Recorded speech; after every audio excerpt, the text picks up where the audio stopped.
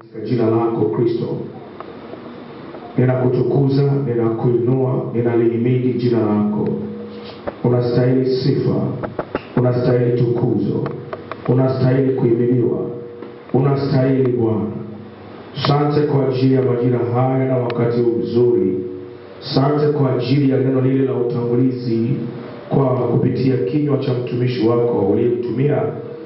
Asante kwa ajili ya majira haya, kwa ajili ya mtu huyo ambaye amepata neema ya uhai ya kufika hemani mwako, madhabahuni pako Jumapili ya leo ya tarehe 14, Jumapili ya pili ya mwezi wa 6 2026.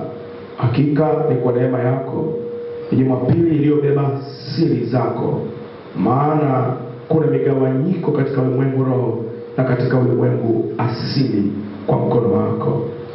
Nami kwa uwepo ule ule naendelea kuita uwepo wako na utisho, nguvu zako kwa ukuu zikathibitiki kwa kila mmoja. Kila aliyefika kwenye hema hii Bwana asiondoke kama alivyokuja.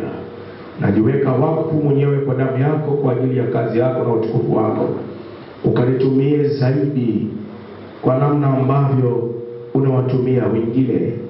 Mimi nimekubali kuwa mtumwa wako mwaminifu, basi ukanitumie sawa sawa na utakavyo.